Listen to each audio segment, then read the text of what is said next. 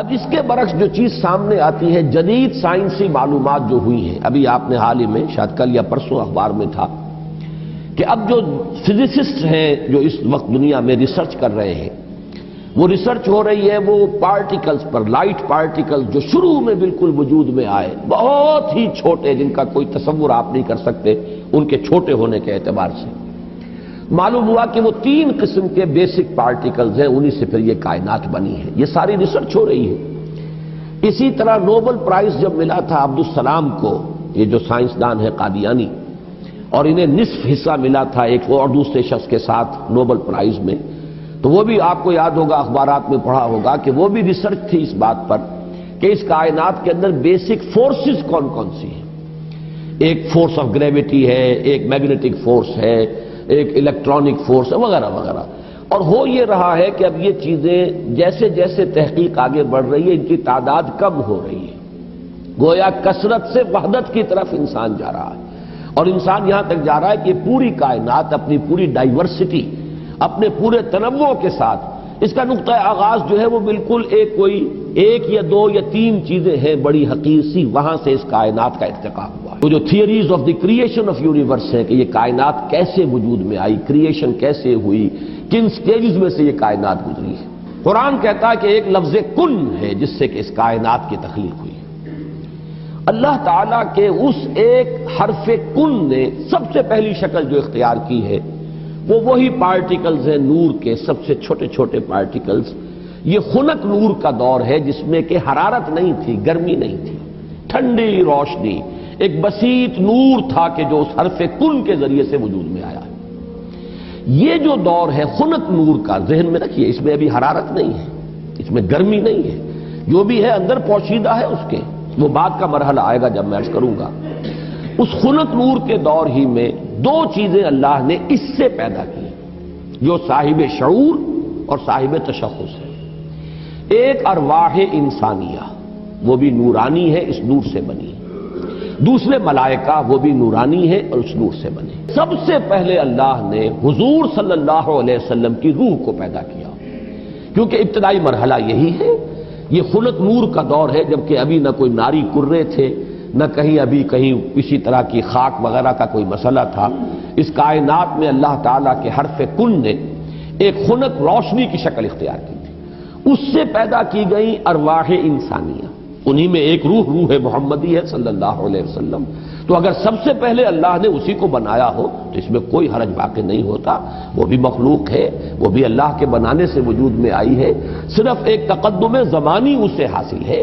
کہ سب سے پہلے اللہ نے نبی اکرم صلی اللہ علیہ وسلم کی اس روح مبارک کو اس نور سے پیدا کیا، لیکن اسی نور سے تمام انسانوں کی ارواح پیدا کی گئی، اور انہی سے وہ عہد لیا گیا تھا الست بربکم قالوا بلی، اور اسی نور سے ملائکہ پیدا کیے گئے ہیں۔ خنک نور میں بڑے بڑے ایکسپلوژنز ہوئے ہیں اور ناری کرے وجود میں آئے۔ یہ ذہن میں رکھیے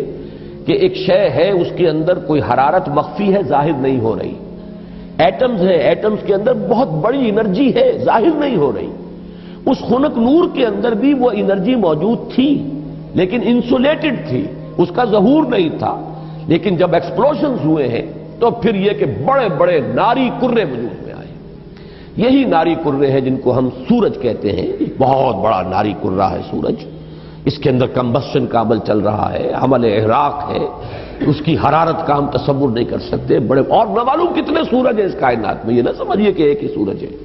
یہ ایک سورج کے گرد ہمارا جو یہ ہے ایک سولر سسٹم ہے، کنبہ ہے اس کا، کہ اس کے گرد جو ہے یہ سیارے چکر لگا رہے ہیں، کرے ہیں، اور نہ معلوم کتنے سورج ہیں۔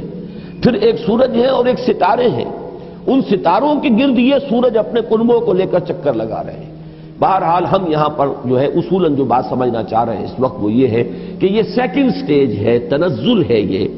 کہ اب اس خنک نور میں جب ایکسپلوژنز ہوئے ہیں تو وہاں سے بڑے بڑے ناری کرے وجود میں آئے۔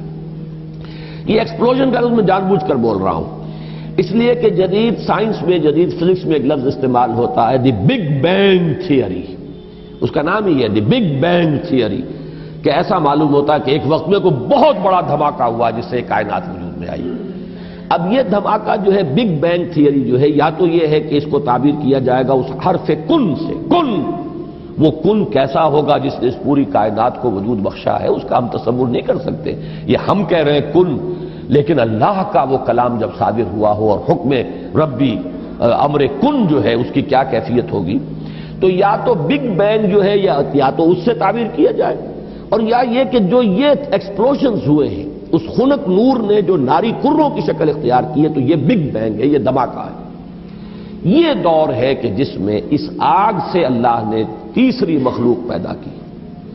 میں نے اب پہلے دو کر دیے نا، نور سے دو مخلوق، انسانی ارواح اور ملائکہ۔ دوسری سٹیج پر یہ تیسری مخلوق پیدا ہوئی ہے، جنات ہیں، یہ آگ سے بنائے گئے ہیں۔ قرآن بار بار کہتا ہے وَالْجَانَّ خَلَقْنَاهُ مِنْ قَبْلُ مِنْ نَارِ السَّمُومِ۔ قرآن مجید میں سورہ رحمان میں بھی ہے، اللہ تعالیٰ نے انسان کو پیدا کیا ہے مٹی سے، لیکن یہ کہ انسان کو بنایا ہے آگ کی لپٹ سے۔ بار بار آیا ہے یہ مضمون تو قرآن مجید میں، اور جنوں کا معاملہ جو ہے، اور یہ کہ سورہ ہجر میں فرمایا گیا وَالْجَانَّ خَلَقْنَاهُ مِنْ قَبْلُ، یہ پہلے پیدا ہوئے انسانوں سے۔ لہذا یہ دوسری سٹیج ہے جس میں کہ جنات کی تخلیق ہوئی ہے اس آگ کی لپٹ سے۔ کہ پھر نظریہ یہ ہے کہ یہ جو بڑے بڑے ناری کرے تھے، یہ جب تیزی کے ساتھ حرکت میں تھے تو ان سے کچھ حصے ٹوٹ ٹوٹ کر ان سے علیحدہ ہوئے اور انہی کے گرد چکر لگانے لگ گئے۔ یہ ہے در حقیقت ان سورج کے گرد جو یہ سیارے وجود میں آئے ہیں، یہ کرے جو ہیں۔ پھر یہ ٹھنڈے ہونے شروع ہوئے، اور ان میں جب ٹھنڈا ہوا ہے وہ ناری کرہ، تو اوپر جو ہے کرسٹ آیا، راکھ، جیسے انگارے کے اوپر راکھ آ جاتی ہے، راکھ ٹھنڈی ہوتی ہے، اندر انگارہ موجود ہے، ذرا سی راکھ ہٹ جائے اگر اور آپ کی انگلی جو ہے اس انگارے کو ٹچ کر جائے تو جلے گی، لیکن اگر راکھ اوپر ہے تو وہ آپ کو محسوس نہیں ہوگا۔ اور چونکہ ٹھنڈی چیز سکڑتی ہے، لہذا اس کے اندر اب دراڑیں پڑی ہیں، کہیں پہاڑ بن گئے، کہیں غاریں بن گئی، ساتھ ہی ان کے ٹھنڈے ہونے کی وجہ سے بخارات نکلے ہیں، انہی میں سے نکلے ہیں، انہی کروں میں سے بخارات نکلے ہیں۔ یہ بخارات ہیں جنہوں نے اوپر جا کر وہ جو جسے ہم فضا کہتے ہیں، ایٹماسفیئر،